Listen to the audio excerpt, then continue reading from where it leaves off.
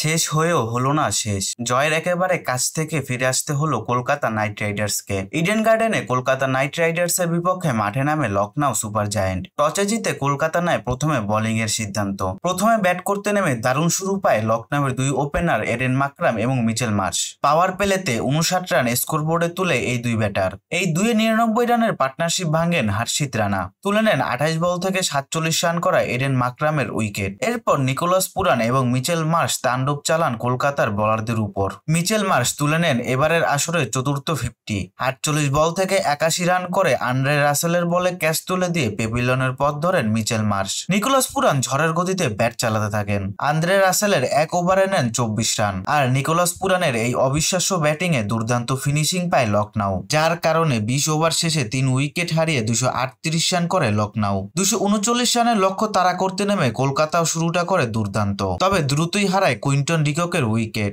এরপর পার্টনারশিপ গড়ে তোলেন আজিঙ্কা রাহানে এবং সুনীল নারিন। পাওয়ার প্লেতে 1 উইকেট হারিয়ে কলকাতা স্কোরবোর্ডে তুলে 90 রান। তবে পাওয়ার প্লের পরেই সুনীল নারিনের উইকেট হারায় কলকাতা। আজিঙ্কা রাহানে পার্টনারশিপ গড়ে তোলেন ভেঙ্কটেশ আইয়ারকে সাথে নিয়ে। জয়ের দিকে এগিয়ে যেতে থাকে কলকাতা, তবে বিপত্তি বাদে শার্দুল ঠাকুর আজিঙ্কা রাহানের উইকেট তুলে নিলে 35 বল থেকে 61 রান করে ফেরেন আজিঙ্কা রাহানে। এরপর দ্রুতই উইকেট হারাতে থাকে কলকাতা। রামানদীপ, রাঘুবংশী, রাসেল ছিলেন পুরোপুরি ব্যর্থ। এরপর ভেঙ্কটেশ আইয়ার 29 বল থেকে 45 রান করে আউট হলে জয়ের আশা অনেকটাই কমে আসে কলকাতার। শেষের দিকে কলকাতাকে জয়ের স্বপ্ন দেখিয়েছিলেন রিঙ্কু সিং। চেষ্টা করেছিলেন দলকে জয় এনে দেবার, তবে জয়ের একেবারে দ্বার প্রান্তে গিয়ে কলকাতাকে হারতে হলো শেষ পর্যন্ত 4 রানে। আর কলকাতাকে হারিয়ে টানা দ্বিতীয় জয় তুলে নিয়ে পয়েন্ট টেবিলের 4 নম্বরে উঠে আসলো লখনউ সুপার জায়ান্ট। আর পয়েন্ট টেবিলের 6 নম্বরে অবস্থান করছে কলকাতা নাইট রাইডার্স।